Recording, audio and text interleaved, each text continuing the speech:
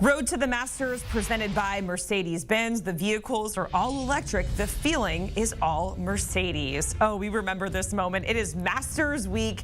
And if we're talking about Augusta, of course, this go around, we are talking about Jon Rahm, the reigning champ, returning to Augusta National, looking to become the fourth repeat Masters champion. He hosted the Champions Dinner last night, complete with the traditional Spanish cuisine. It was tapas style. Jon Rahm almost forgetting the dinner because he scheduled a practice round that would have made him late for this dinner, but you see it there. All of the champions, Jon Rahm hosting the Masters dinner and looking to go back-to-back at Augusta National. And we have our CBS Sports golf analyst Kyle Porter and Rick Gehman joining us from Augusta ahead of the Masters. Rahm looking to be the fourth repeat champ ever at Augusta. KP, we'll start with you. What makes repeating at Augusta harder than getting that first green jacket? Well, winning majors is difficult, right? And winning majors at a golf course like this is especially difficult. When you don't play well in the first round, Rick, it's really hard to chase. And so there's a lot of pressure on the first round, but I think there's also a lot of pressure on a defending champion. You know, you've got the Champions Dinner, like Jacqueline mentioned. You've got just a lot of extracurriculars going on that you don't have at a U.S. Open when you're the defending champion. You don't have at a PGA Championship. It's a meaningful thing to be a defending champion anywhere, but it's a historic thing here. And that puts a lot of just other stuff in your headspace, which can be beneficial, but I think more times than not, it makes it difficult to kind of have your normal week. Yeah, I think most times when you win a golf tournament, you come back to defend, it's just a picture of you on a banner and you're in a featured group. It's a lot more than that here at the Masters with everything that we've already talked about. And realistically, it's hard to win 2 weeks in a row. It's hard to win the same event 2 years in a row. It's just the depth of professional golf, and especially in major championships. I mean, no golfer in this field outside of Scotty Scheffler has a likelihood of winning this like 10% of the time. So when you run it back one year after another, it's just really difficult to repeat. And like Kyle said, here more than most places, you cannot fall behind early. You've got to be in the mix. You've got to be engaged immediately out of the gate on Thursday, and you haven't had as much practice as you would like. You've been dealing with other things that have kept your mind off it. You've got the family here for the par 3. It's a whole thing, and then golf finally gets here on Thursday, and it's like, oh man, we better start playing. And we'll talk more about the par 3 in just a moment, but I want to talk about the last golfer to win consecutive green jackets. It's a guy named Tiger Woods. I think we've heard of him, making his 26th Masters appearance. He's been dealing with injury. We saw a WD not too long ago at the Masters, but do you guys think we see Tiger make it to the weekend, albeit that he is healthy? Yeah, I think expectations are low, Rick. Hearing him even on Tuesday, he said, yeah, if everything comes together, I think I can win, which is, for him, I feel like kind of purposely setting our expectations low. Obviously, he is a brilliant thinker around this golf course.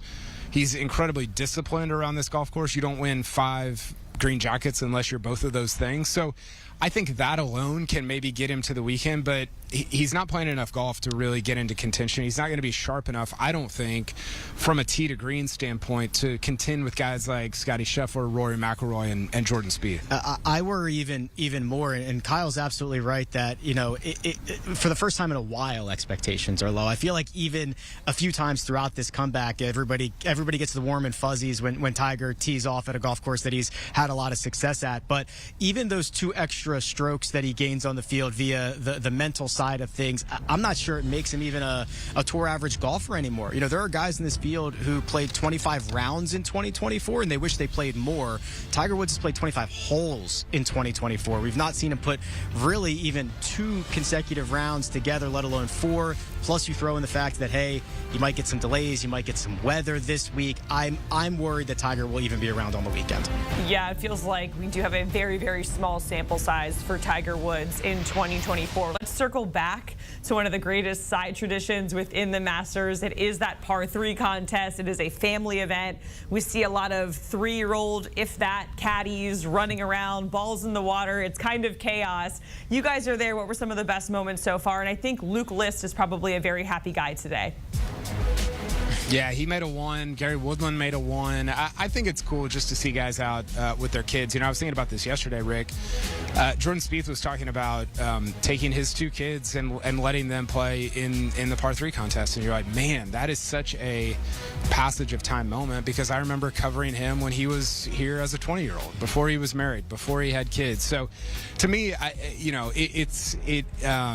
love the par 3 contest because I think it's such a passage of time, you know, kids and their parents type thing. That's kind of my wheelhouse, and I think it's a ton of fun to watch. Yeah, there's so many good moments. Bubba Watson's daughter rolled in like a 40-foot downhill sliding putt and got everybody all fired up.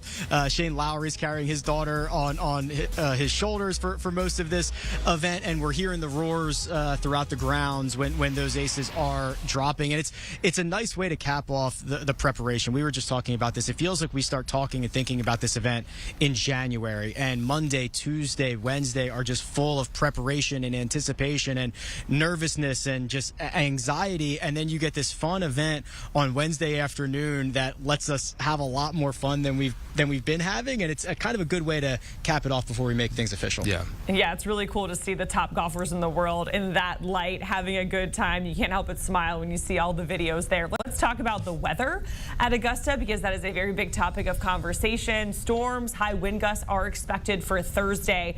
What more can you guys tell us about the potential weather issues that we might see for the first round? Well, unfortunately, Jacqueline, we've been part golf prognosticators and part meteorologists this week, because this has been it's been a big topic of discussion, and rightfully so. I think there are 2 things going on here. The first is that you're going to see probably some of the tee times get moved back, if not all of them, Rick. I think that's the thing to watch for right now. Does everybody from the first tee time on get moved back? Do they let them play for a period of time?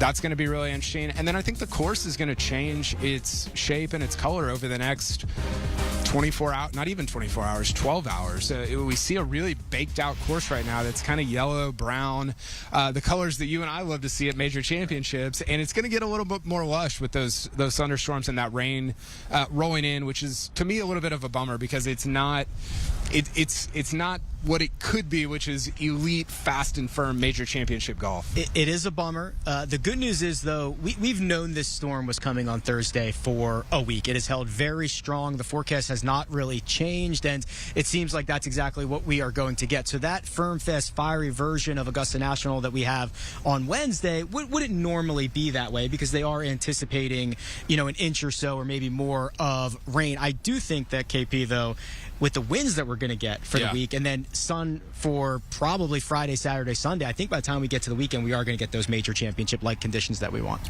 KP, Rick Gehman, we appreciated joining us from Augusta ahead of the Masters, putting on their golf hat, their meteorologist hat, all the things. We certainly appreciate it, guys. And, of course, we're going to be checking in with you all week long, because Masters Week is finally here. You can watch Masters Live for exclusive coverage of Amen Corner, holes 15 and 16, and featured groups you can watch live on the CBS Sports app.